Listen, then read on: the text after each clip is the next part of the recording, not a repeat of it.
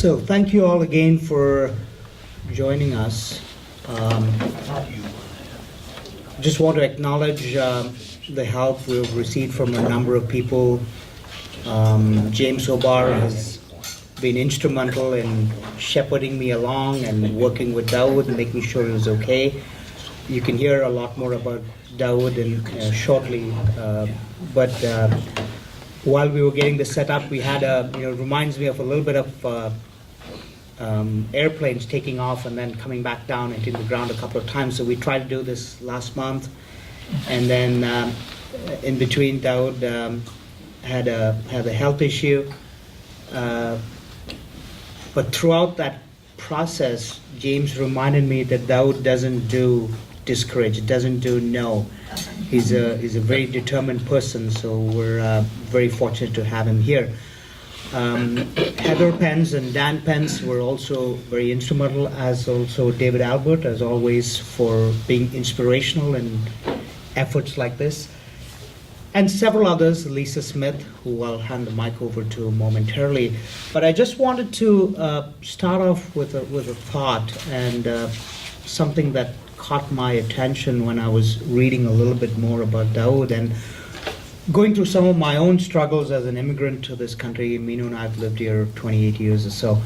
And, until recently, we felt very welcome by and large, but with the rhetoric and all of that that's going on in our country more recently, I've been much more forceful than I have in the past, and in standing up and saying, no, I'm not going to take this. I have the same rights that you have. And in keeping with that theme, one of the things I read about Dawud, and a quote of it, is somebody was asking him whether he misses freedom, and he mentioned that freedom is between here. They keep me in here, but my freedom is between here, between the two temples. And that really struck me. And something that he's also apparently a fan of the Shawshank Redemption. That's one of my all-time favorite movies. So I realized that, this wonderful gentleman to my left is a true inspiration on multiple fronts, and you'll learn a lot more about him momentarily. But it also made me very determined to say that those who are discriminating against us, and us being anybody who's different, you don't have the right to do that, and we're not going to take it. Simple as that. And so with that, what I'd like to do is pass it on to Lisa Smith. Lisa, in many ways, as she's done in many fronts, has introduced wonderful people to this community with her work, and through Enterprise for Equity, at least I came to hear about Dawud first. And Lisa will give you some backdrop on Dawud, and then we'll pass it on to Dawud for taking it forward. So with that, Lisa. Good afternoon. So just to give you a background first, those of you who don't know me, I am fortunate to run a nonprofit called Enterprise for Equity. It's about 20 years old. And all we do day in and day out is work with people with low incomes and help them put their dreams into a structure, a business, that will enable them to increase their income. That's basically all we do.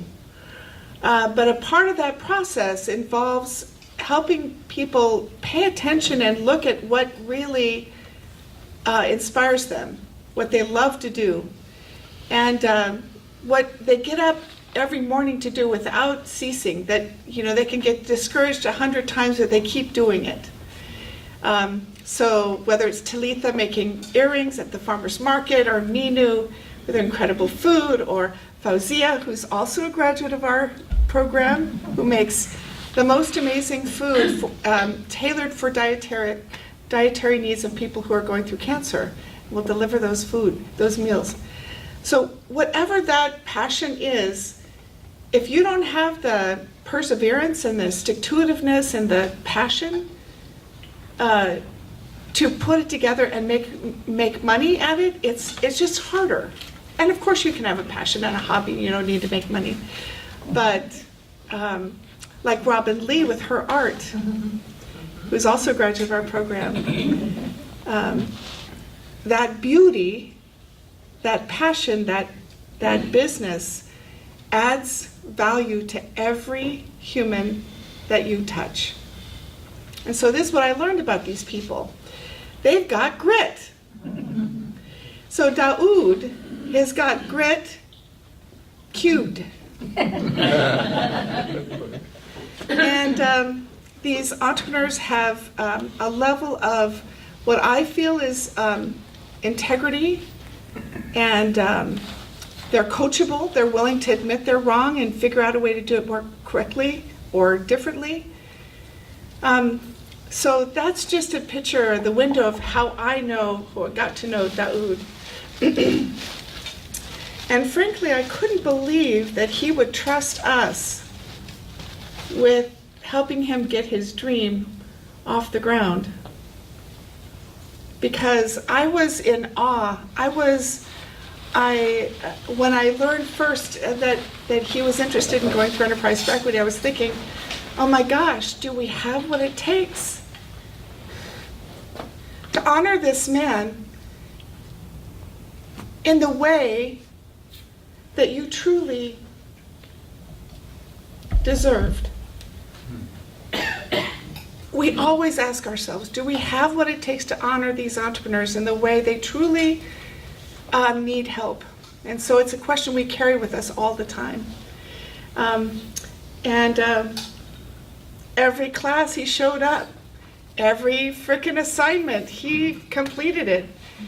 And when he needed help, guess what? He asked for help, because healthy people ask for help.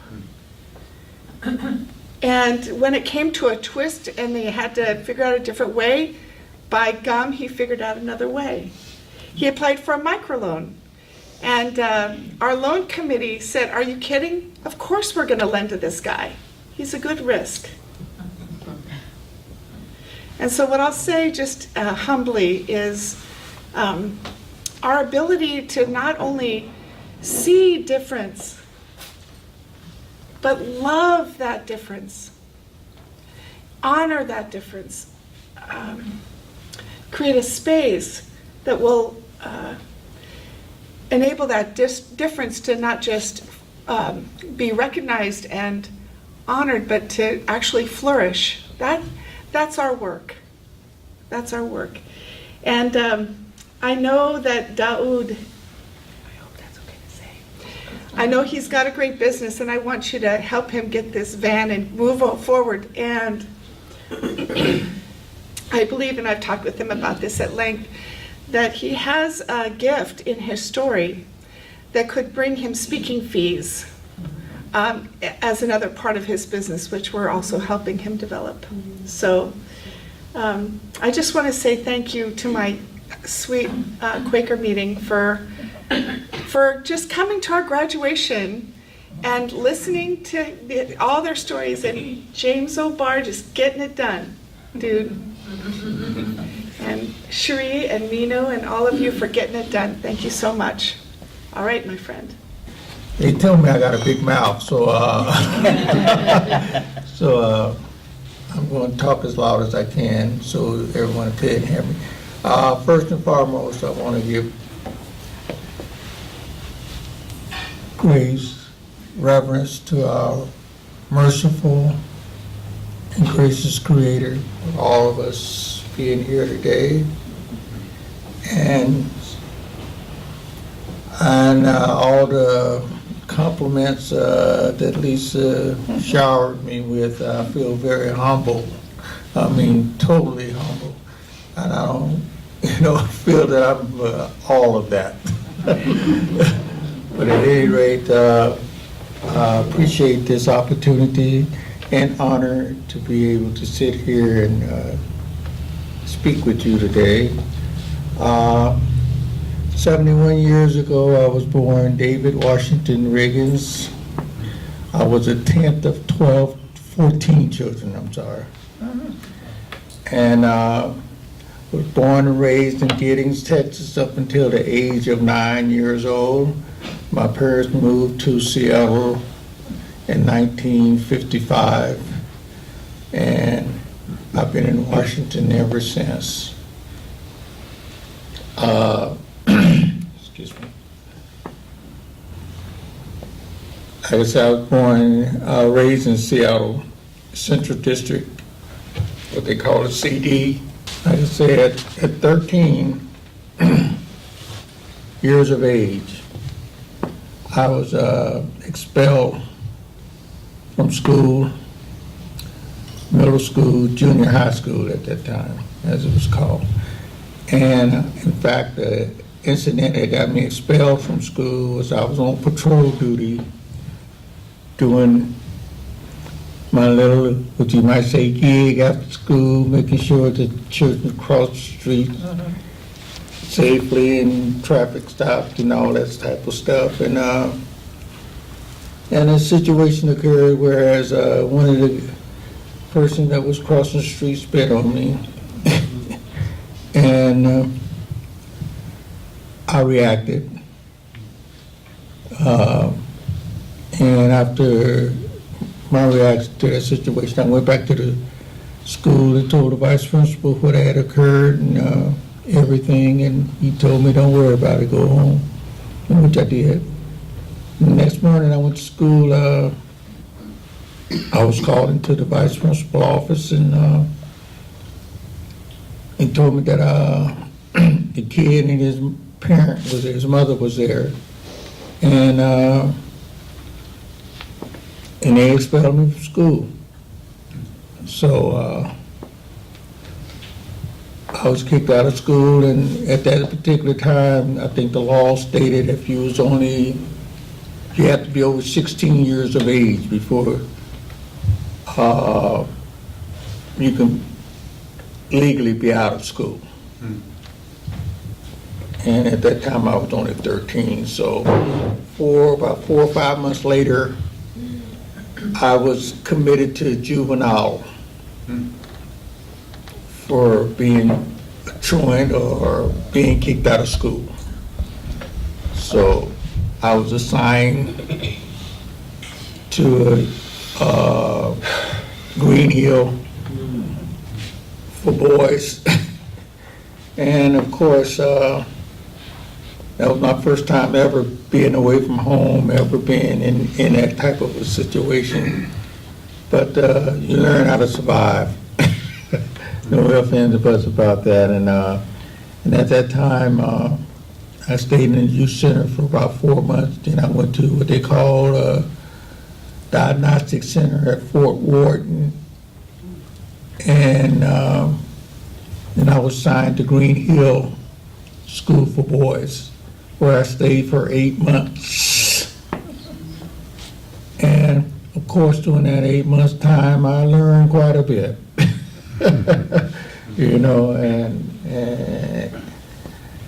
some of the things I learned wasn't, well, of course, but one of the things in particular I learned was how to hotwire a car. Okay?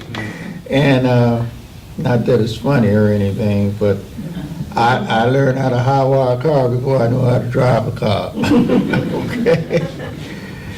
So that was one of the trades, and naturally I got out and put that knowledge to use. And 4 months later, I was back at Green Hill for riding in a stolen car, and I did a year on that trip, and got out. But at any rate, that's kind of been my life, in and out of juvenile. And then in 1966, I was wrongfully convicted for a crime, several crimes that I was not guilty of. And I have the paperwork, evidence, and everything to show that. And at any rate, I was convicted of 2 counts of murder, first degree, 4 robberies, and 1 assault. The assault, I definitely committed, and the robbery I committed. And now there's difference, you know, not that I'm proud of it, but you take accountability and responsibility for your action, and I've always done that. But things that I know and they know that I didn't commit and was convicted of, spent almost 7 years on death row.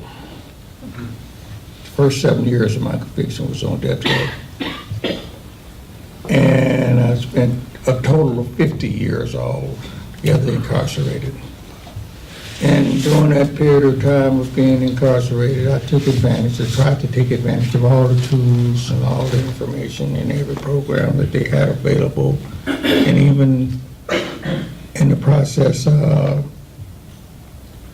help initiated several programs that would be beneficial to myself and other individuals in that similarly situated.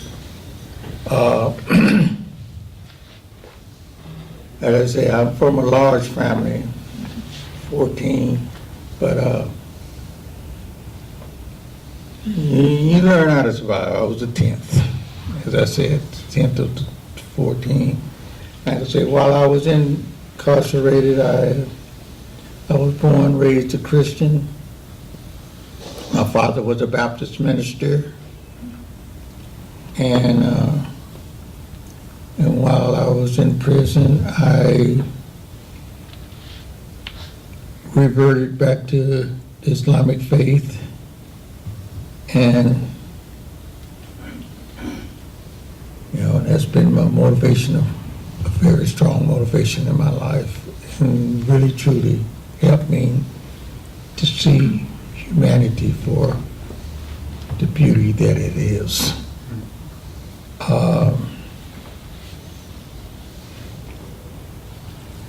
Basically, there's DNA evidence that shows my innocence, and recently, allegedly, it has been misplaced or destroyed.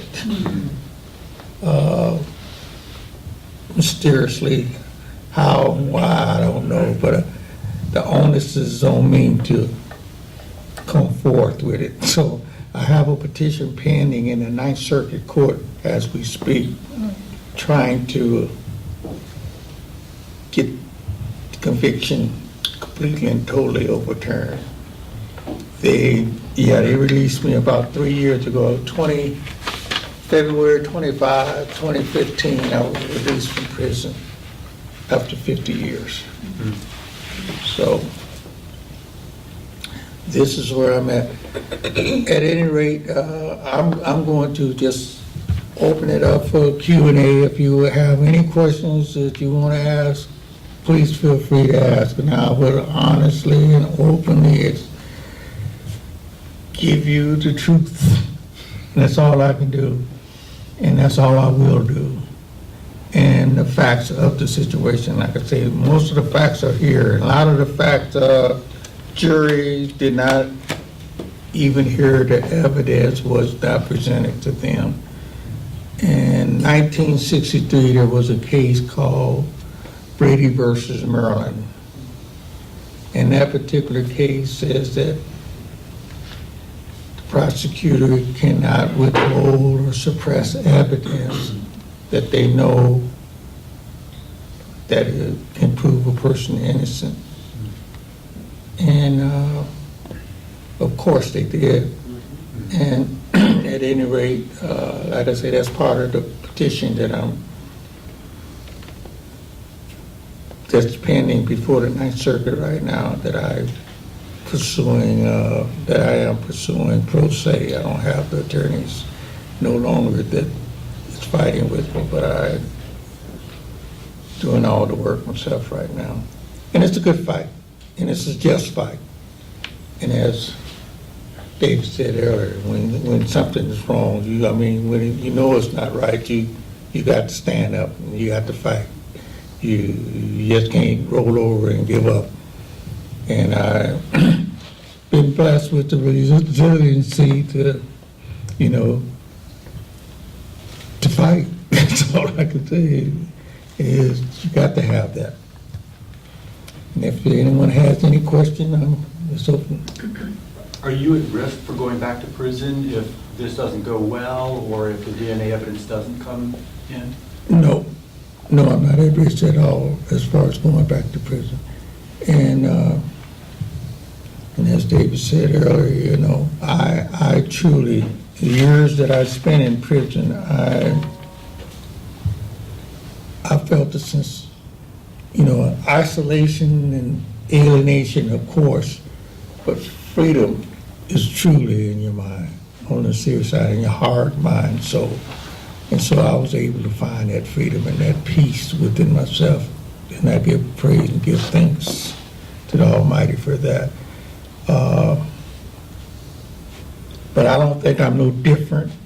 My experience might be different, but I don't think I'm no different than anyone else as far as being able to have the fortitude, the courage, the wherewithal to,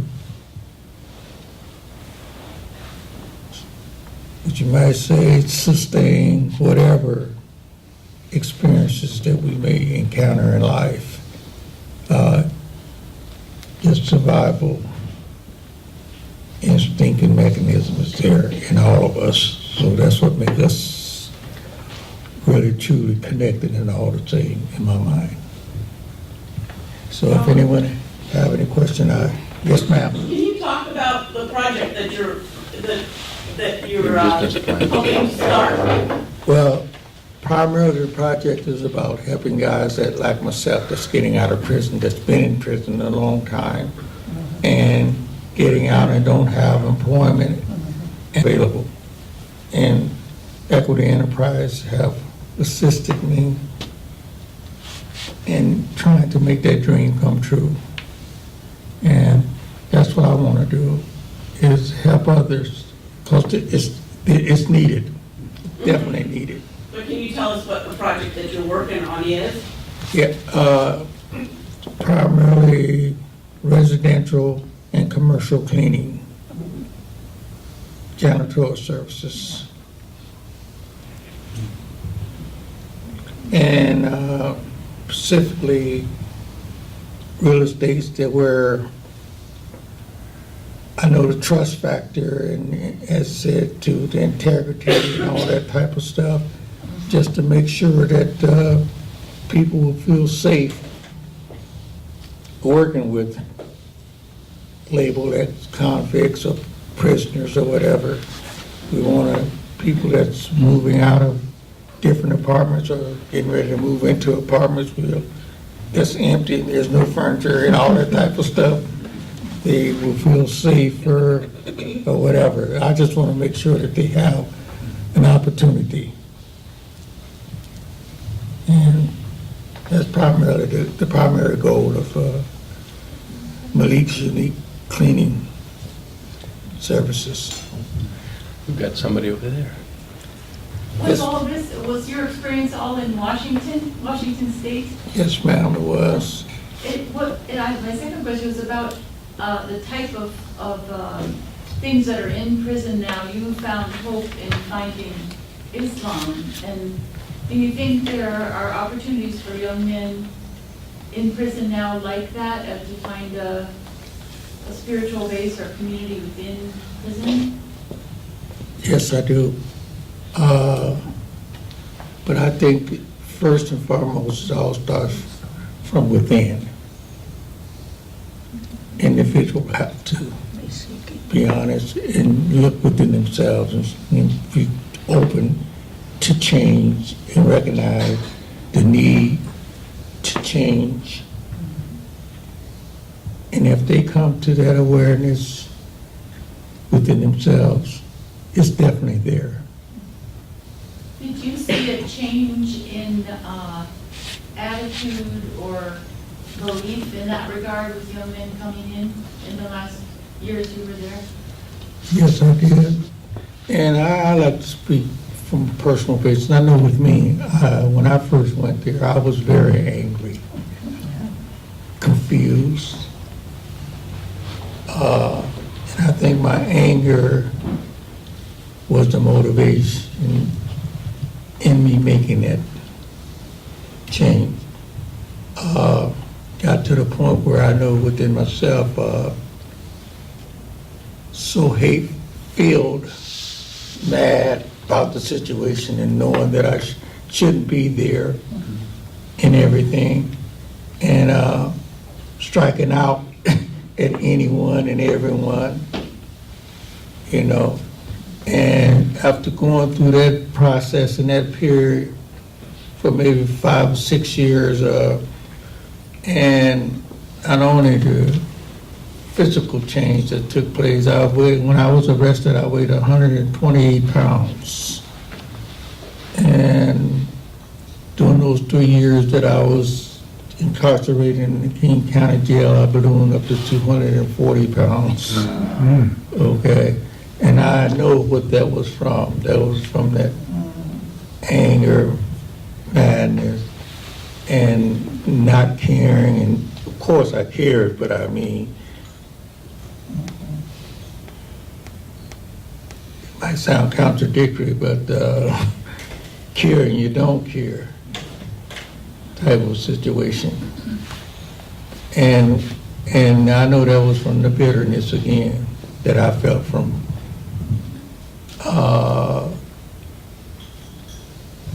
the situation that I was put into, and knowing I shouldn't have been in that situation. And the system knew it too, but they, like I say, they didn't care. But I had to learn how to cope with that and how to maintain my dignity and self-respect throughout the process. This would be a good place to talk about AVP. Yes. I was involved with the Alternatives to Violence program at Monroe, myself, and Dan Pence, who's a very good friend of mine, Heather.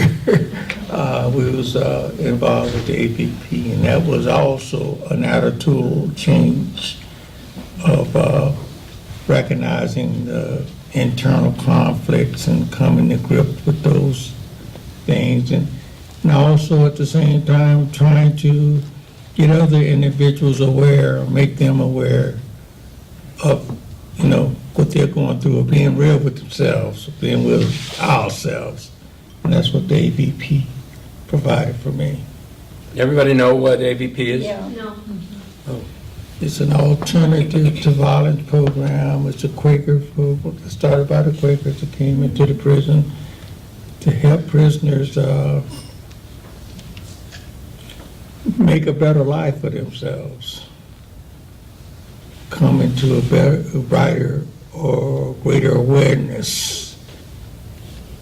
And I know it certainly did for me. And I took advantage of it. Along with several other programs. At that time, too, the system was allowing prisoners to go to college and get a, you know, vocational or educational degree. And I think it was through the Pell Grant and everything else. I think during the presidency of Bill Clinton, all that was reversed. And right now, they don't hardly have any programs inside to self-help or otherwise where guys can get an education. And that's one of the, to me, that is one of the main things that's needed, not only vocational trades, but education is definitely high on the list that prisoners should be available for prisoners, or anyone for that matter. Yes. Yes, sir. So I know that when prisoners get out, they usually or often very, very isolated on the outside. So just thinking out loud, I'll think with Lisa too, whether there's a need for something like an AVP or just support groups for prisoners once they get out, once they get involved with Malik's cleaning business, I'm just thinking out loud whether the meeting can provide a space or a venue or something whereby there could be that kind of supportive environment for prisoners when they get out. Yes, there can be, and there ought to be. And once they go through the work release process, as myself, when I went through that, and what I did was try to do was get more involved and active in the community, volunteer. And for instance, the Olympic Free Clinic volunteer down there to help out the community and other little volunteer work. And also, I'm still doing a little volunteer work up at the OAC, Office of Assigned Counsel. Yes, helping out in those areas, just trying to do something, this is where you give back, to the community, especially while I was in prison, I was constantly involved with so many different programs and many different activities and things. And I still have that energy, but I know I'm older now, so I can't do a lot of the things that I used to at a young age. So, Did you face any of the discrimination that former prisoners often face when you got out? yes, I did and still do. Could you say something about that? With me, not only age-wise, discrimination age-wise, but also, of course, being an African-American, that aspect of it too. But when you run into people like Lisa and E&E, it kind of take away a little bit of that. But I try to think on the positive and act proactive from a positive perspective, in spite of those, what you might say, illness. That's where I look at it. You got to keep on pushing and striving, and you can't give up. You just got to keep on fighting. And I know that in my mind, heart, love will win out always. It always conquers hate. Always. Yes, sir. So what are you looking for? A van and a vacuum cleaner, or wet dry vacuum cleaner, or the cartridge shampoo cleaning? What are you looking for right now? I'm looking for a van. And I got some of the material as far as you just named, vacuum cleaners and stuff like that. But if we're going to do more jobs and we're going to hire more people, we're going to need more equipment and more tools, no ifs, ands, and buts about that. So we'll need all of that. And if I can acquire 2 or 3 vans, and right now I'm equipped to hire, 6 people? Yeah, so, and I just brought another person aboard last week, and we are going to be meeting this week to work out the finer details as to what his responsibilities will be. And at the same time, I know I'm recovering from an accident, a stroke that I had about 6 weeks ago, so so I had to lay down. I'm still going through therapy, physical therapy and everything for that. Yes, ma'am. Yeah, I have a couple questions. How did you find housing when you got out? And then the second question is this business something that could be put into some kind of trust or something that could be passed on for prisoners for down the road, you know, an ongoing thing that's sustainable? That is part of the goal, is to make sure that it's perpetual, that it will be lasting. It's not just for me to make profit, it's seriously, it's something that will be there. That prisoners would have this little avenue to, like I say, gain meaningful employment, and, you know, feel that they can sustain themselves, you know, because eventually I think everybody want to get to the point where they don't have to depend on SSI, stuff like that, you know, become independent or self-employed, or, you know, sustain themselves. And that's what I would like to be able to do to help And how individuals. did you find housing and money to get in an apartment or something when you got out? WorkSource is a powerful organization, and you have to SSI. How about housing? Yeah, and that they help provide the housing. Yes, and that's how I got my housing and stuff through WorkSource. Eleanor, you had a... Wait a minute, so to make it real, make sure people understand, we're trying to raise $8,000. Okay, so you always should put a number on it. So people can be thinking about that. We have a little round business committee that came up with that, Yeah. and that's what we're trying to raise. Yeah, absolutely. So I was going to mention that we'll have to look through that to see what the contributions were today. But Minu, through the GoFundMe, was we've been able to raise about 540, I think, and counting. So we've got a good start, I think. I think what I'm envisioning is that this will be an ongoing effort, because as Dawud gets this off the ground, there will be other needs and so forth. So in some way, if we can keep, help both money-wise as well as in kind, or some kind of support, any kind of business service that we can provide, any kind of advice that people are willing to come forward and provide, or referrals to folks who have all kinds of businesses that he's targeting, I think that would be probably useful to do. So just think about this holistically, not only from the standpoint that we have this one event. I think, at least I'm seeing this as a journey and possibly an adventure. So. Wait a minute, Eleanor? Well, I have some questions about the business, as someone who does have to hire cleaning companies.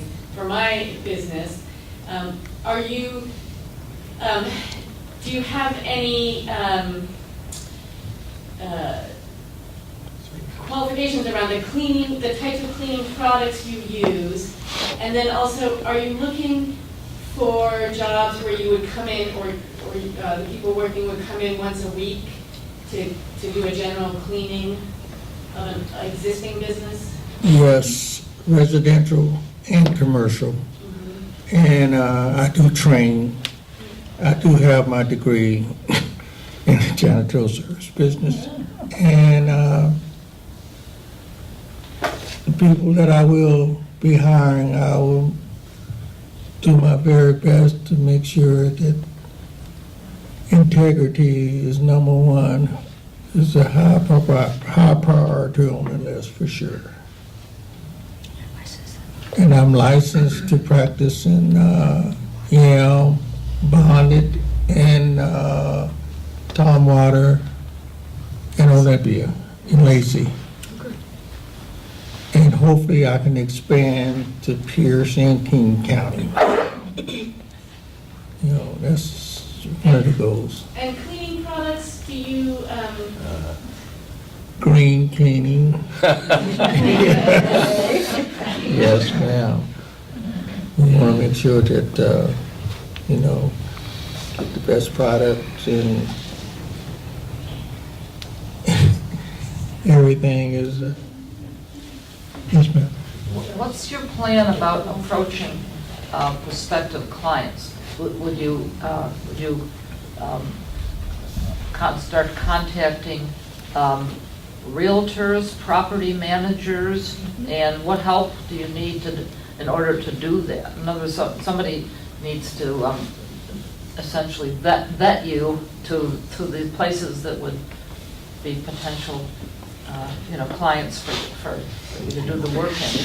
So how would, what would you say to them? How would you persuade them that this was a reasonable thing to do? Well, there's a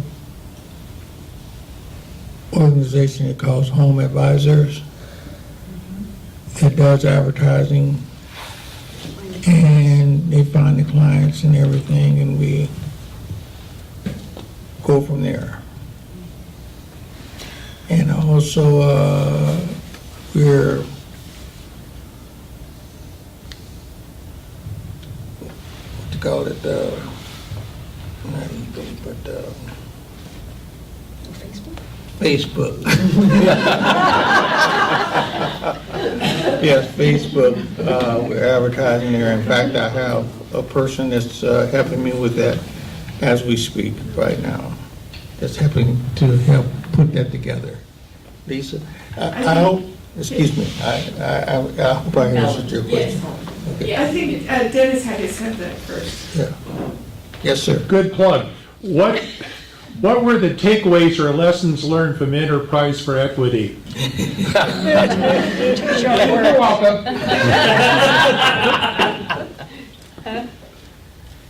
One, to be very detailed and putting your proposal together and being succinct, like say business plan, having all of that in order, getting insured, getting bonded, and making sure that you have all the proper paperwork and everything in order to do the business that you're striving to accomplish or achieve. So Equity Enterprise was very, very helpful in that regard. I mean, I could not have done it without that support system. So, thank you for letting me. That's on tape. Yeah, that's it. So, one of the things that every entrepreneur has to have is a triple bottom line to their business. And so, you did that very well. Meaning they have to know what the environmental impact of their business is. Non-toxic cleaning supplies, or organic, or waste, or whatever, but also the social value.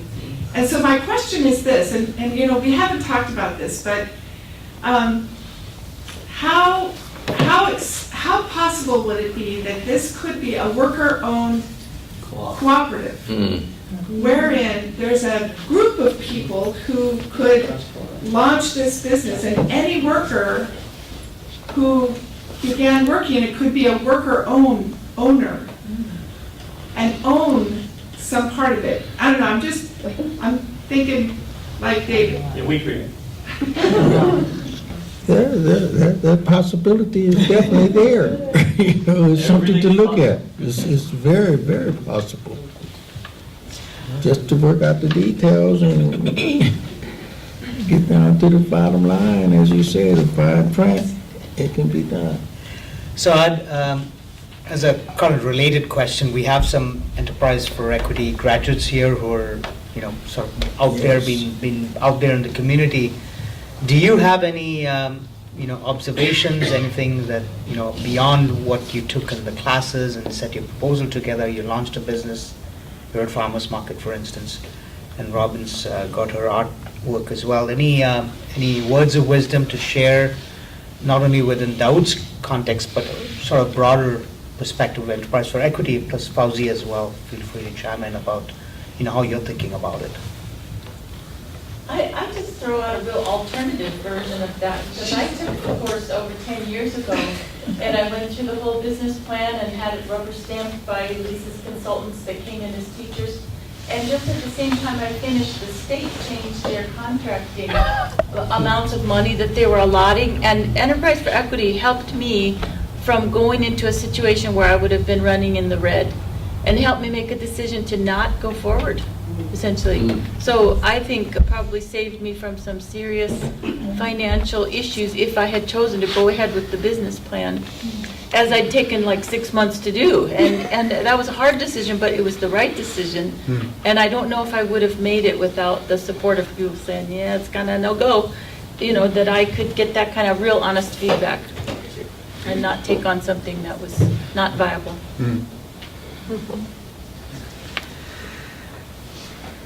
No, I didn't. Business partner, Sandy Ware. It's a pleasure to work with Mr. Malik. We're all learning together. Yeah, I just wanted to also shout out to Enterprise for Equity for their professionalism. It's just not a business program. It's more than that, about connecting and building relationships with our classmates. And the support they provide is so detailed.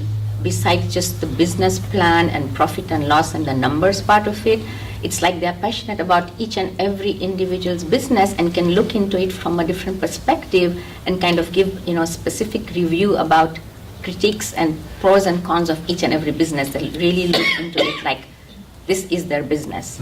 They can put yourselves in my shoes and tell me what I need to do and what I need to change.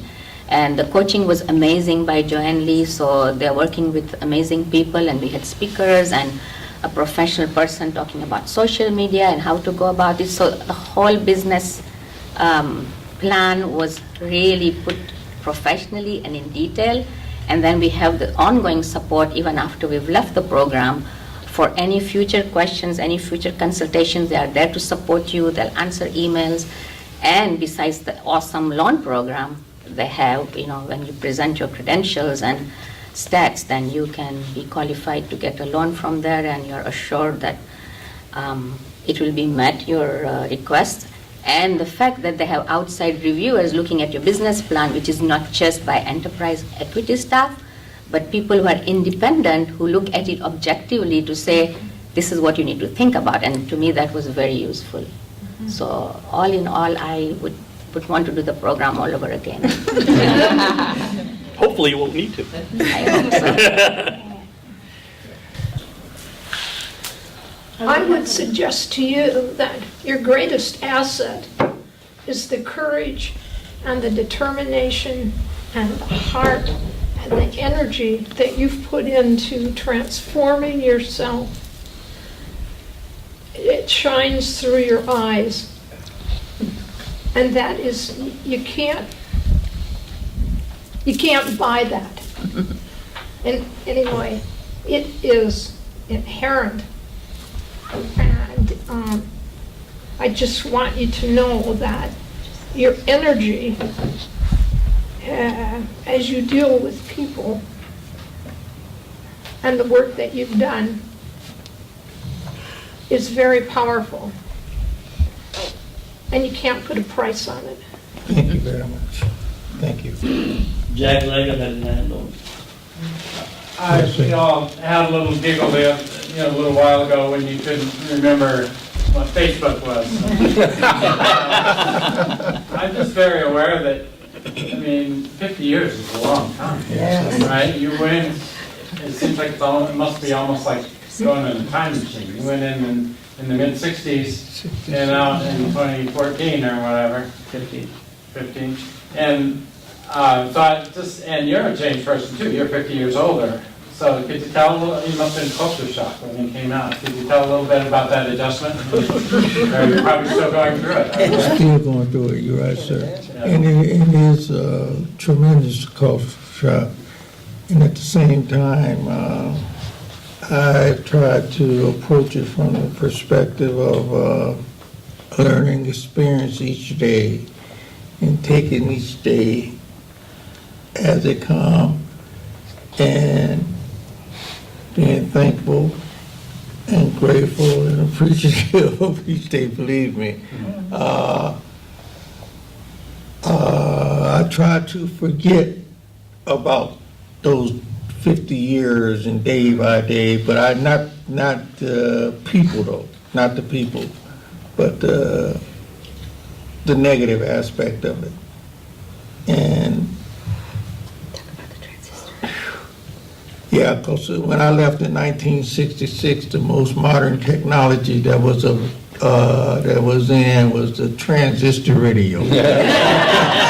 Okay, now we're talking about smartphones and all kind of other apparatus that, wow, I can't even begin to think about how to operate, you know, so it's a huge culture shock.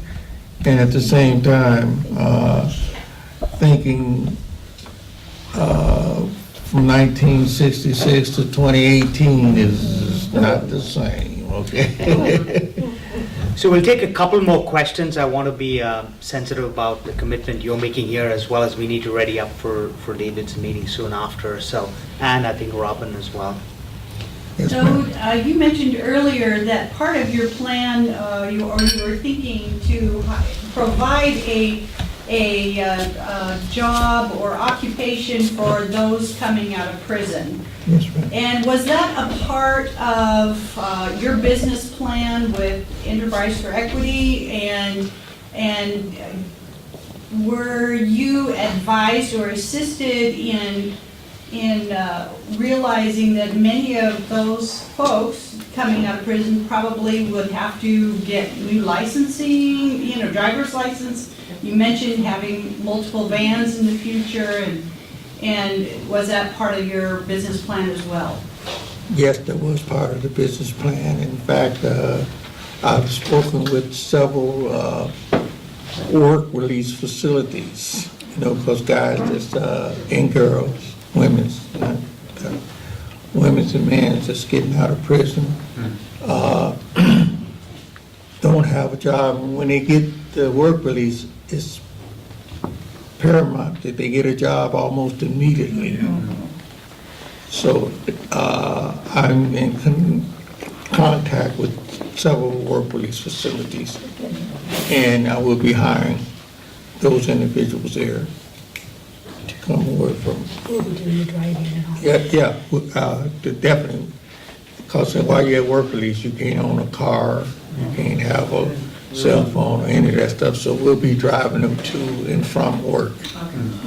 And I'll Okay. just add one thing too, is there's two other janitorial services up in Seattle that are doing a very similar thing. And so linking him up with them on how they went through those early stages. But he's got to get those first, his own bonding and his own before we can, you know. Yeah. I just want to say one last thing, and that is that I wish my husband was here, because there's a great book our family read a couple of years ago called Mass Incarceration, and it talks about the school-to-prison pipeline. And our FGC has been working on this a long time, and I just want you to know that they're just beginning now to end the suspension. Because it's always been discriminatory. And the more they're out of school, the more at risk they are. Exactly. And so it's happening. I mean, it's slow, it's incremental, it is not enough, and it's too late in a lot of ways. I mean, super, but it is beginning. They're ending the suspension where they have to leave the school, and they're paying attention to the discriminatory aspects of it. So I just want to leave that with your heart. Yes, that we're waking up a little bit. I also wanted to mention that it has been a real honor to support Dawud. People have been thanking us for doing this. I don't think we need to be thanked. I think we have probably gotten more from this than Dawud is getting from us. So it's been a real honor to listen to him and to listen to all of them. And I also wanted to put a plug in for this community. We've lived in Olympia, Mino and I, for the past 18 years. We came across this community. We actually heard about this community about 10 years ago, but we kept putting it off because I have coming in from a devout Hindu family. I've got to push against organized religion. And so that was one of the reasons why I personally didn't come, but this is a wonderful community. We're not organized. Yeah, I know. This is truly a wonderful community, and we couldn't have done this without all of your collective help. And this town, for those of you who don't know, was voted one of the 31 top little cities in the country. This is a great community. You saw all of that yesterday. You're seeing it here. Onward and upwards is all I can say. And thank you very much, Dawud. And before I close, total, I believe, I did a quick calculation in my head. So I think we raised $1,700 altogether, of which $1,200 we can get to him today, and then the rest. And then we have another 500? We have, no, it's $1,200 plus the 500. Yeah. So we're about 1,700. And there's more total. coming. And there's more coming. I keep sharing it on the listservs, different listservs, very much the so. GoFundMe page. Right. Thank you very much. Thank you, Lisa. Thank you, James. Appreciate it, please. Yes, please. Yeah, I just want to thank everyone. I'm seriously, I'm totally humble and appreciate words. And seriously, my words is not enough. But thank you very much, and may God bless you all. Seriously. Thank you.